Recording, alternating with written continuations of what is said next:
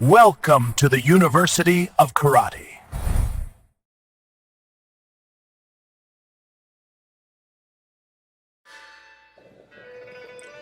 You are with the University of Karate. We've joined again with Sensei Mike Biddle to examine the principles, history, culture, science, the factors and methods that all come together to form what we know as the martial arts.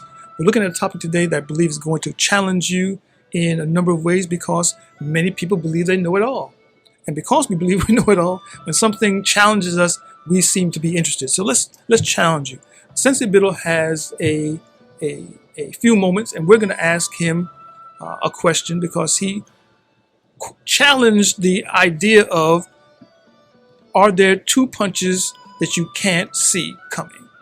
Are there? So, Sensei Biddle, are there two punches you just can't see? Yeah, absolutely, and it's because the brain doesn't know how to process it.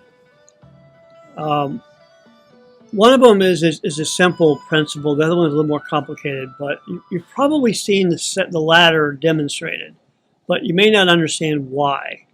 So that's one of the things that we're doing in a lot of this stuff is want to explain how these things happen. How does our brain react? How do these things work, or how do they not work? And maybe that's the better question sometimes, is why do they not work? So the first one was, there's a movement, and this isn't a Uechi-ryu, but there's other styles you can do this technique.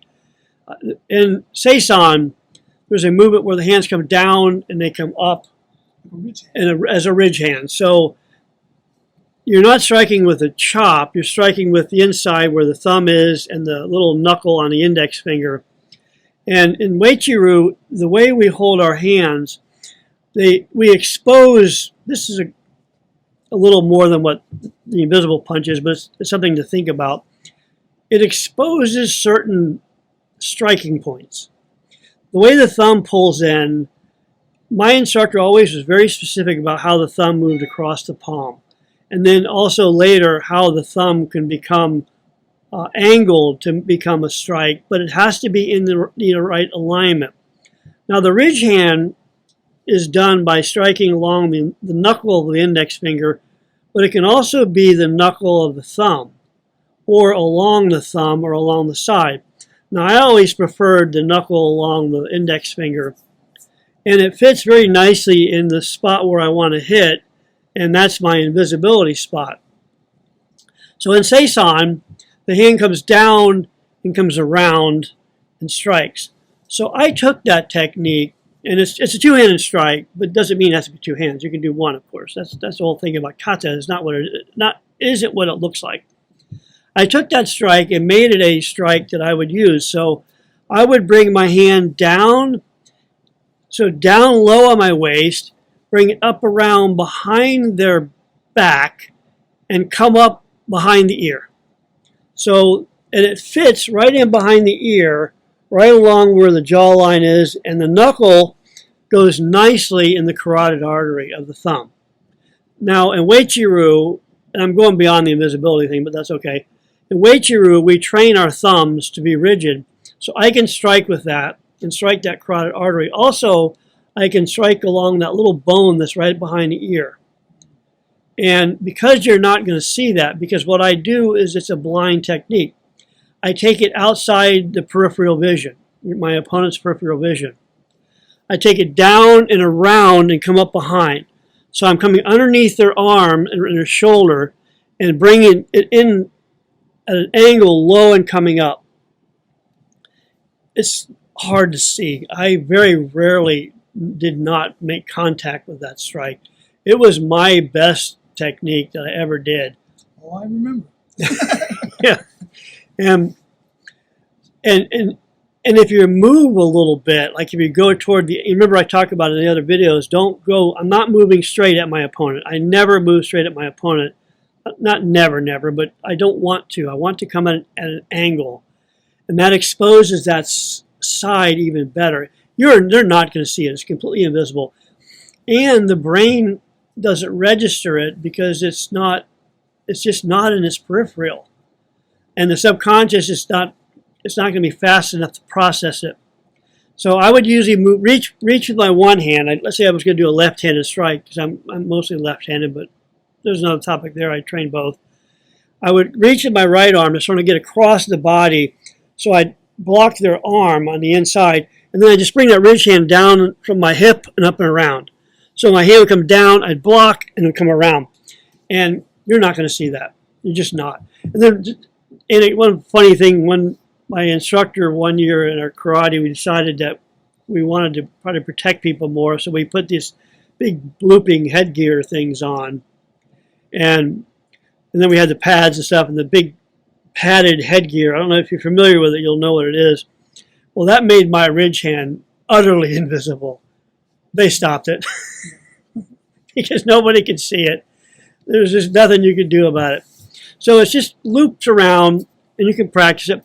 Now, how do you, first thing you say, well, there's not a lot of power there. Well, one, it doesn't have to be because it's where I'm striking. But I also don't have to hit with a ridge hand. I can hit with my palm. And I can create power with body rotation. If I move my hips and my shoulders, I can create enough power to knock you flat on the ground on your side. And as hard as my hands are, it's going to feel like a sledgehammer. So that's one of the invisible punches. And you got to practice that. But it's easy to do. Get a heavy bag. I used to practice for hours on the heavy bag. And you're not trying to hit the sides, front of the sides. You're trying to hit back behind the heavy bag. And then learn to move so you can get in behind that heavy bag. And I'm showing John here as I'm bringing my arm up, I'm moving my shoulder and I'm opening my arm up so I can get that around. And you can do that with a lot of speed. The second one is really a concept, and you should listen to our other video about invisibility hack, because this is what it plays on. So if your hands are out extended and you want to strike your opponent, if you go fast at them, their subconscious brain is processing speed as one of its priorities. Because that's an evolutionary thing where it wants to know something's coming at me fast. Protect yourself. It's a sub-level thing. You don't have any control over it. Your brain just processes it. So sometimes the fast punch is easily blocked. Because especially in a trained athlete, because their subconscious is much more adept at understanding and processing the world around them.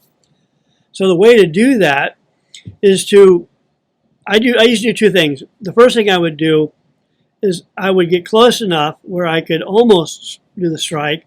I'd move my hand forward slowly. Your brain does not react to slow. And then extend. And then come slow burst.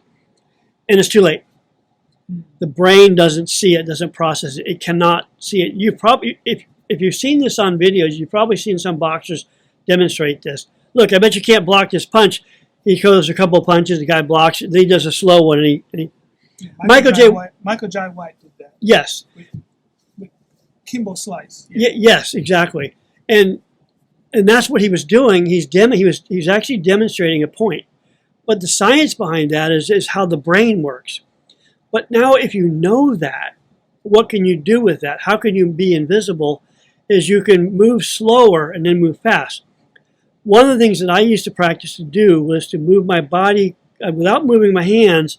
I'd get closer by moving my body and pulling my hand in so the distance between them did not change.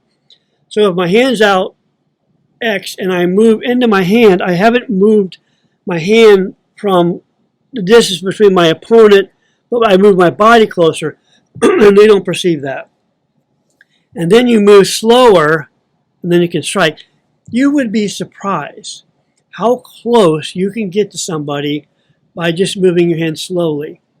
I can get all the way to where I can almost touch them before they're going to recognize that as a threat. And it's too late, because then all I've got to do is what Bruce Lee would do in his 1-inch punch, is ground and then rotate. And then it's too late. And you can create a lot of power if you learn to control your body. We've talked about that in other times, and we'll talk more about that. So it's playing in the space of the subconscious and the conscious by moving slow. And that's how you become invisible. Then think about how the ridge hand thing can be coupled with that. Is you just go slow.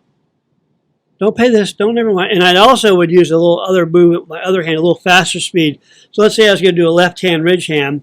I would move my right hand a little bit, get them to recognize that, and then move my left hand down slow and then snap it up.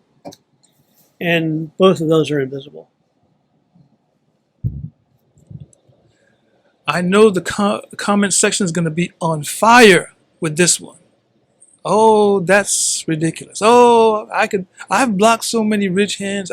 My favorite technique is to block ridge hands. Well, go in the comment section and have at it. We love to have comments. Sensei Biddle will answer your questions and speak with you in the comments. But I have been on the business end of some of these techniques, and I can tell you that they work. I remember them vividly. He had great control. I mean, I never was hurt by Sensei Biddle, but he hit you 3 or 4 times before you even figured out that you were really in trouble. And yeah, you know, I'm biased because I'm a believer and I've been on the business end of these things, but these videos are for you to think and explore and to broaden your horizons of what is possible. And we pray that that's happening. You're with the University of Karate. We pray that you've been blessed by this message. Share, like, subscribe, and we'll see you next time.